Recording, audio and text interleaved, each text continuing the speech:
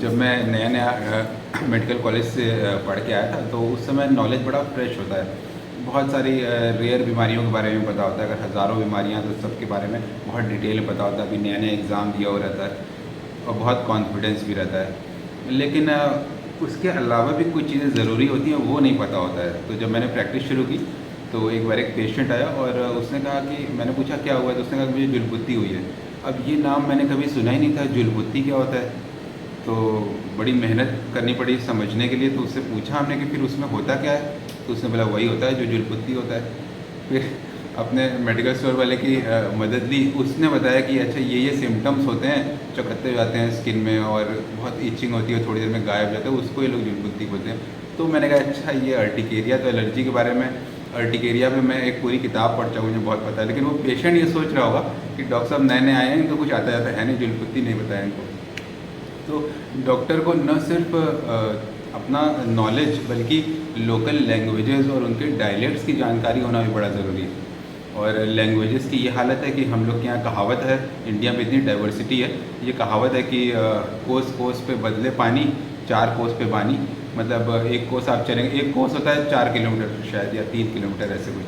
तो एक कोस आप चलेंगे तो पानी का टेस्ट चेंज हो जाएगा, और 4 कोस चलेंगे तो भाषा बदल जाएगी। भाषाओं में डायलेक्ट होते हैं। जैसे हमारे बनारस और बिहार के बीच में अकेले इतनी जगह पे एक हिंदी है, आप जानते हैं, भोजपुरी आपने बहुत सुना होगा, बहुत फिल्में बनती है उसमें।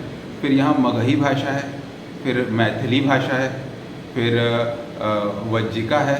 इतनी सारी भाषाएं हैं अकेले इसी थोड़े से एरिया में। और उन सब में अलग अलग वर्ड्स हैं कि बीमारी को कोई कुछ कह रहा है, कोई किसी अलग टोन में कह रहा है। और हम लोग जो इंग्लिश में पढ़ रहे होते हैं अपना सब्जेक्ट, तो कहीं दूर कॉलेज में जब आते हैं उस एरिया में, तो हम पेशेंट की बात नहीं समझ पाते कि वो कहना क्या चाह रहा है, कि उसे हुआ क्या है। तो न सिर्फ मेडिकल का नॉलेज बल्कि लोकल लैंग्वेज का नॉलेज भी बड़ा ज़रूरी है। इसके अलावा मुझे ऐसा लगता है कि जो बात कहने का तरीका होता है वो भी, उसमें भी बहुत सारे चीज़ें होती हैं, बहुत सारा वेरिएशंस होते हैं। कभी कभी किसी बात को सीधा भी कह सकते हैं और कभी घुमा फिरा के भी कह सकते हैं। कभी किसी चीज़ को कहने के लिए कोई दूसरा शब्द भी यूज़ कर सकते हैं। जैसे एक और बड़ा मज़ेदार किस्सा मुझे याद है। एक लेडी थी और उसने अपने दोनों हाथ दिखाया, उसने बोला सब हरा हो गया है। और मैं नया नया पढ़ के निकला था, मैंने कहा हरा हो गया, हरा मतलब कि इम्प्योर ब्लड, तो उससे रिलेटेड प्रॉब्लम है।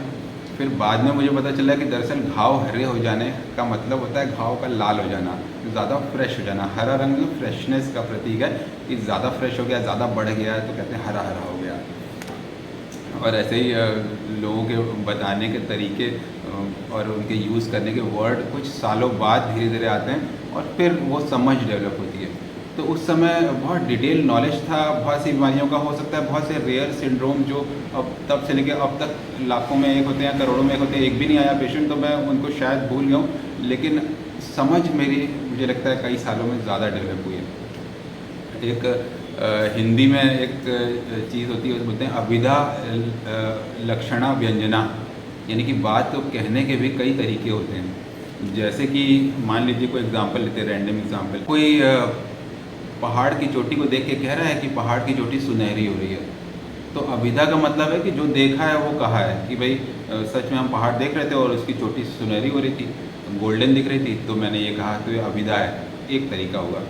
दूसरा तरीका हुआ है कि जो हम कहना चाह रहे थे वो नहीं कह रहे हैं, बल्कि उसके एक लक्षण के बारे में बता रहे हैं, तो बोलते हैं लक्षणा। दरअसल मैं ये कहना चाह रहा था कि मैं सुबह के समय में हिल स्टेशन में हूँ और सूर्योदय देख रहा हूँ, और उसका लक्षण ये है कि पहाड़ की चोटी जो है वो सुनहरी हो रही है। तो मैं ये कहता हूँ कि मेरा कहना तो वो था, लेकिन मैं कह रहा हूँ एक लक्षण के बारे में। तो ये कहने का एक दूसरा तरीका है कि मेन चीज़ नहीं कही है, दूसरी चीज़ कही है। तीसरी चीज़ होती है व्यंजना, यानी कि कहना कुछ और चाहते थे और कहा कुछ और।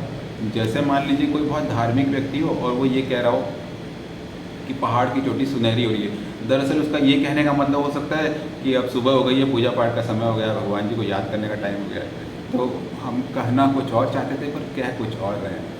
तो अभिधा लक्षणा व्यंजना, ये बात करने के अलग अलग तरीके होते हैं। ऐसे ही जब कई बार लोग इंटरेक्ट करते हैं और अपनी प्रॉब्लम बता रहे होते हैं, तो वो दरअसल कभी कभी वो कह रहे होते हैं जो उनको है, कभी कभी वो कह रहे होते हैं जो कि सिर्फ एक लक्षण है। और कभी कभी वो कहना कुछ और चाहते हैं और कह कुछ और रहे होते हैं। तो इसकी समझ भी बड़े समय के बाद आती है, बहुत दिनों बाद ये समझ में आता है कि बात को कैसे समझा जाए। और मुझे लगता है कि ये एज के साथ भी आता है, एक मैच्योरिटी आती है कि बात को कैसे समझा जाए। और अगर भले ही आपको नॉलेज बहुत ज़्यादा हो, लेकिन अगर आप बात ही नहीं समझ पाएंगे तो ठीक कैसे करेंगे, आगे कैसे बढ़ेंगे, है ना।